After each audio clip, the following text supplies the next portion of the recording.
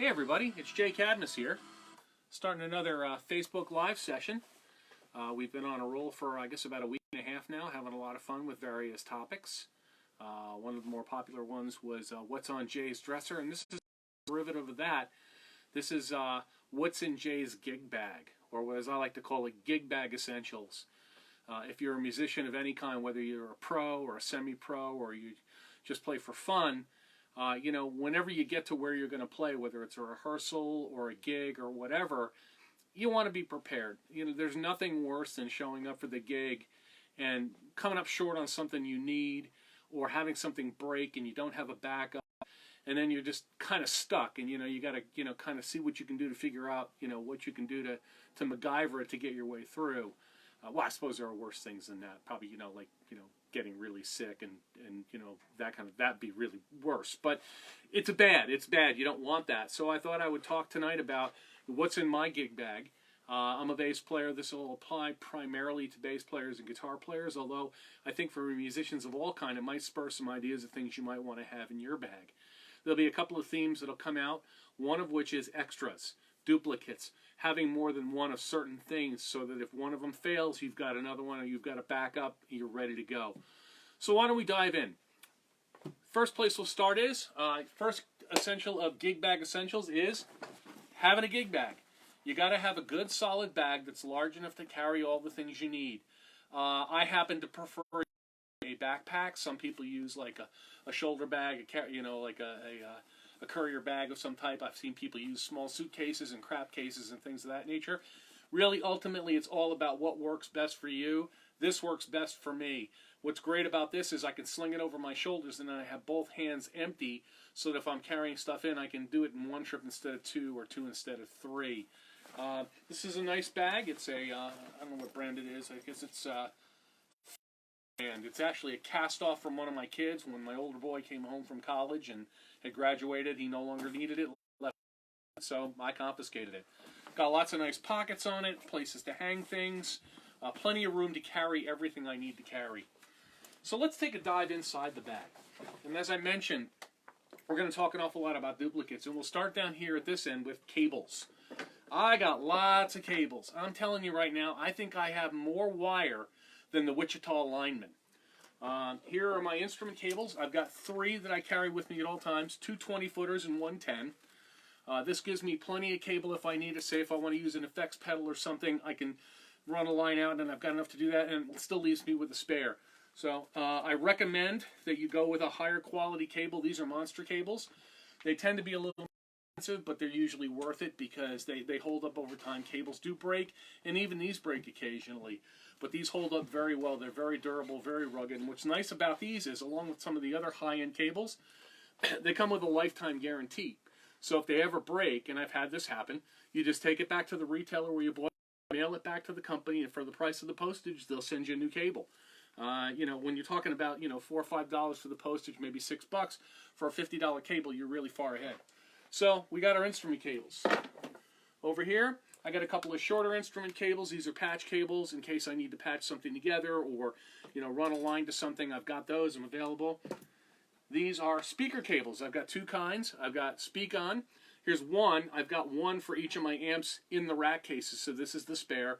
And then I've also got some that are 1/4-inch military ends. So I've got several of those. Again, cable breaks. I need to do something different. I got a problem. I'm good to go. I'm ready to go. Moving along to power. 2 extension cords. A short one, okay, that's got a power strip on it, and a longer one. This is, I don't know, about 10, 12 feet. So I've got plenty of extension cord. I don't have to worry about if I get to the venue or wherever and the outlet's not very close by. I'm covered. I'm ready to go. And I actually have power conditioners in both of my racks, so I can provide power to an awful lot of people in the band if I need to. Straps. You don't want to get to a gig and not have a strap. You don't want to get to a gig and have a strap break. So I've got 1, I've got 2, I've got 3. I actually probably don't really need to be carrying 3 straps. I'm probably going to take one out of my gig bag. I think that just kind of happened over time. I really like these. These are the Levi's padded ones.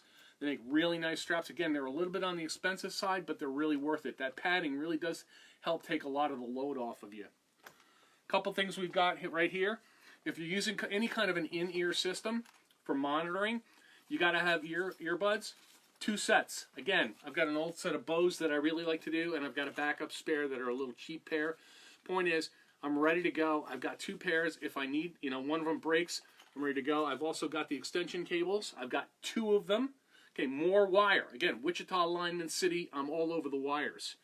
So I got plenty of cable to do everything I need to do. I also have earplugs, and again, 2 sets. If you're in a high volume situation, whether it be at a rehearsal or at a venue, you got to protect your hearing. I'm telling you right now, I know some of my friends who've been playing for quite a while are starting to be challenged with this. They're getting tinnitus and things like that. Is that what it's called? Tinnitus? Ringing in the ears, a little bit of hearing loss. So you want to protect your hearing if you're in a high volume situation. When I go to concerts, particularly if it's a venue that I know is going to be loud, or, I went to the Generation X show with Steve Vai and Nuno Bettencourt and Yngwie Malmsteen and Zach Wilde and all those crazy guys a few years ago. It was nuts. It was like a nuclear missile test range in there. Wore the earplugs. Very important. Again, 2 sets. In case I lose one, they break, whatever, I'm covered. This is the one and only pedal that I use. It's a super chorus pedal made by Ibanez. It's just a cheap chorus pedal. Frankly, it's the only good sounding chorus pedal I've ever found. It's funny, I actually lost this thing for about 10 years. I had taken it out of my equipment rack and had loaned it to somebody because I wasn't using it, and I forgot who had it, and I decided I wanted to add a chorus back into my signal chain and could not find one that I liked. And I couldn't remember who I loaned this thing to, and I just started asking everybody I'd ever played with over the past 10 years if they happened to have it. And I ran into one guy who I literally hadn't seen in 6, 7, 8 years, and his name was Parker. And I said, "Parker, you don't happen to have my chorus pedal, do you?" And he went white. He says, "Oh my gosh, Jay, it's been sitting in the back of my closet. I felt guilty every time I saw it." I said, "Dude, it's the Prodigal pedal. No big deal. Next time I saw it, he gave it to me. It's back in the lineup," which is great. A couple of things I've got here. Tuners. And again, 2 tuners. This is actually my backup tuner. It's an inline tuner that I used for years and years and years, and I keep it in my gig bag in case my primary, which is one of these clip-ons, should crap out on me. I'm backed up. I'm ready to go. Okay. Used to hate these things. Now I love them. I actually don't keep this in my gig bag because these are so cheap and they're so good. I just throw one in each one of my bass cases, so I have one for each bass. It's right there, ready to go when I need it. I've got picks if I need them. I'm not much of a pick player, but for some songs I do, for some gigs I need them.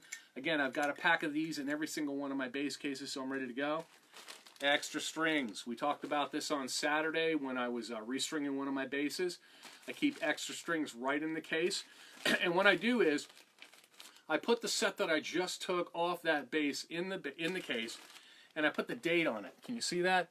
So that anytime I look, I know exactly when was the last time that I changed those. This is a little doohickey that you can attach to your mic stand that holds your picks for you. Kind of snazzy. It's made by Dunlop. Not really essential, but kind of a fun thing to have. It's easier to use than duct tape. And then, of course, I have a towel. I think Douglas Adams was right. You got to know where your towel is.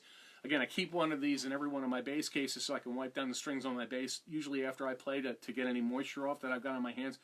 Keeps those strings from getting corroded and makes them last a little bit longer. Moving down the list, here's a really neat item that I really highly recommend. This is a pair of mechanics gloves. These are great for when you're loading in and loading out your gear. Keeps you from tearing up your hands before a gig, or afterward for that matter. Super cheap. You can buy them, at any auto parts store. They're very comfortable, lightweight, and again, they just keep you from tearing up your hands and your nails, okay? Batteries. If you're using anything that uses batteries, if you're using one of these, if you're using a bunch of these, if you're using basses or guitars that have active circuits in them, batteries. You got to have batteries. Always carry spare batteries. Here are a couple of neat little nifty items that a lot of people don't think about, and they've just kind of snuck into my bag over time, but they're the kind of thing that, you don't use them very often, but when you need them, you need them. Okay? Here's a circuit tester. Sometimes when you get into a venue, the electricity can be a little dodgy. If there's a bad ground, that can actually be dangerous. If you feel like there may be an issue, you can test it with these. Again, you can get these, at any you can get them, at any electronic shop or online or wherever. This is one of those little doohickeys that lets you move your plug down from 3-prong to 2-prong. Make sure that you use the little connector on here. that supports the ground so you're still fully grounded. But, you know, again, if you're in a pinch and you've got to be able to get some power out of an old style plug that doesn't have that third prong on it, this gets you home. Here we've got a small multi-tool, which can be handy. It's got all the usual stuff you'd find in a tool, including the pliers and the wire cutters. Again, if you're in a pinch, you need something like this, you're ready to go. This is a really cool one, okay? Little flashlight, okay? Just one of these little single AAA battery LED lights. If you're having a problem in a poorly lit venue, or you're backstage and it's dark and you're trying to sort something out in your amp or your rack or whatever, you can pop this on. Now, most people have, you know, a flashlight on their phone anymore, so how much do you really need it? But again, it's a handy item to have nearby. Here's some connectors that I keep along there. This takes one of these connectors for this and moves it down to a 1/4 inch stereo if you need to do that for some reason. This allows you to take a stereo and run it out to 2 monos if you need it for some reason. This is what I call a stash, which allows you to connect 2 cords and make them one long cord. Again, in a pinch, if you need to do something like that, you got a couple of smaller wires, you need to make a bigger one, you can do that. Again, these are just really useful items to have. I almost never need them, but when you need them, okay? Nail clippers, okay? For guitar players and bass players, sometimes you've got to do a quick adjustment on the fly. I know for me, for my plucking fingers, I've got to keep the nails reasonably short or else it gets in my way, and I don't like the way it makes the string sound, so I can trim things up really quickly. Little piece of Velcro, in case you need to tie up a cable or something like that. This is handy to have. I have most of my cables are tied up with this stuff. Almost everything I'm carrying has this stuff. It's great. Here's just a little extra one in case I need it. Okay. Cozy for your beverage. It's kind of nice. Keeps it cold, which is pretty sweet. Tape. You want to carry tape. Okay, I got 2 kinds here. Duct tape, which fixes everything, and electrical tape, which can be really handy. And I tend to like to use high-vis colors like the bright orange or the bright green or the bright yellow, because if you're laying down a cable or something and you want to make sure people aren't tripping over it, it really helps with that. Pens. If I'm working off of charts, a lot of times I've got to take notes. I've got a pen handy. The band leader's looking over to me and seeing if I'm taking notes. I'm not standing there, you know, with my thumb in my ear trying to figure out where I can get a pen, trying to borrow one from my buddy. I got pens, including a Sharpie in case anybody asks me for an autograph. That never happens. Moving down the list, here's a charging cable, a USB charging cable for an iPhone or an iPad. Again, more wires. But if you're using your iPad, for some of my gigs, I use my iPad with an application called OnSong, where the band I play with uses its charts. Halfway through a gig, that thing can start running low on power. Need to charge it up. I've got my cable. This little doohickey here is used for the same application. It's a Bluetooth device. It's a little pedal to let you advance the charts and move the charts back, so you can be looking at your charts, you can be looking at your set list. One of the guys in the band I play with, the Dirt Road Pickers, Daryl, gave this to me. It was really nice to do that. This is documentation on a lot of my gear. The manuals for some of my amps, some of my cabs, some of my processors, things like that. Again, you know, most of this stuff you could probably find on your phone online, but if you're in a pinch and you're trying to sort out a problem with your gear when you're in kind of a hurry, you know where to look. It's right there in your gig bag. You're ready to go. And then last but not least, and this is really probably the most essential thing in the gig bag, you want your prop drumstick through the head, okay?